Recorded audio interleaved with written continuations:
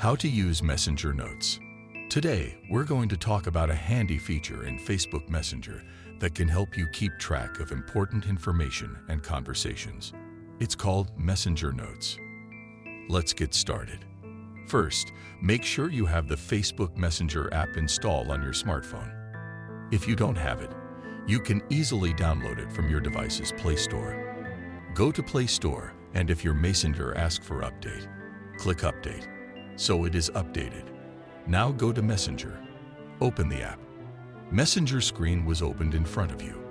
The notes share with your friends will be located next to your profile picture. None of my friends have posted notes right now, so I will do it ourselves. You will see a plus icon at the top of your profile picture. Click on plus. Now enter the text you want to post. It contains up to 60 characters. After done with writing, click on Share. Note will appear at the top of your profile picture. When you click on it, it will open in front of you. You have two options here. Leave a new note. Delete the note. Note will appear for 24 hours. Your friends or followers will get the notification when you share a note. That's how you can add note to your Messenger. That's all from today. If you enjoyed this video, don't forget to hit that subscribe button and ring the notification bell so you never miss an upload.